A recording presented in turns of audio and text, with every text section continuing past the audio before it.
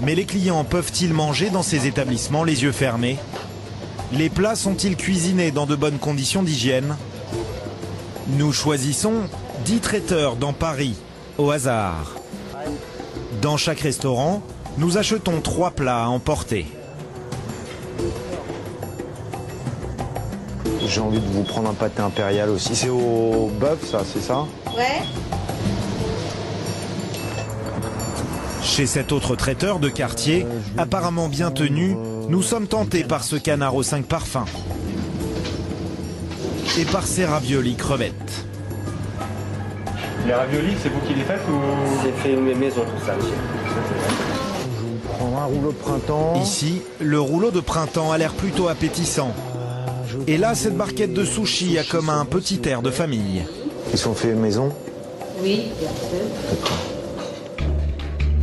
Au total, nous avons acheté 32 plats.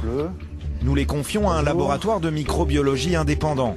Voilà les fameuses glacières. Les analyses doivent évaluer la qualité sanitaire des produits et nous fournir des indicateurs sur l'hygiène globale de ces restaurants.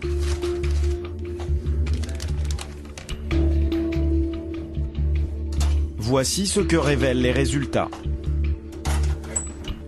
Sur les 32 plats achetés, 13 sont non satisfaisants. Ils dépassent largement les seuils autorisés et affichent un nombre bien trop élevé de bactéries.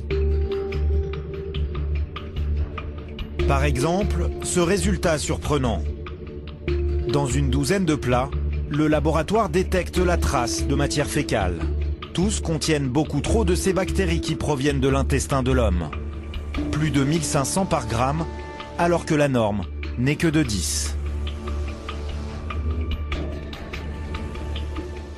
Dans une bonne douzaine de produits, les seuils de coliformes fécaux sont largement dépassés. Qu'est-ce que ça veut dire, ça? Ça veut dire que... Mauvaise hygiène du personnel, pour beaucoup. Voilà. Les coliformes fécaux, on les a dans le tube digestif. D'accord? Juste pour vous expliquer simplement.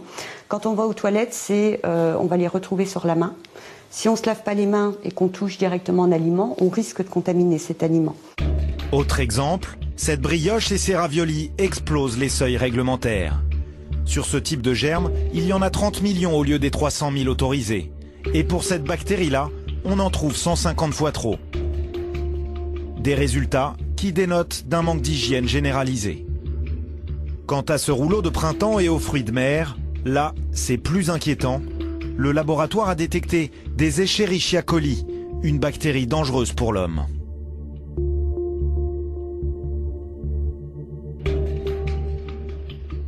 Escherichia coli, il a cette particularité d'être très méchant, en fait. Pour relater ce qui s'est passé, enfin le drame qui s'était passé il y a 1 an et demi, un petit peu plus, dans le sud-ouest, 8 enfants qui ont mangé des steaks hachés contaminés par Escherichia coli. Sur 8 enfants, 1 mort, 3 dialyses à vie.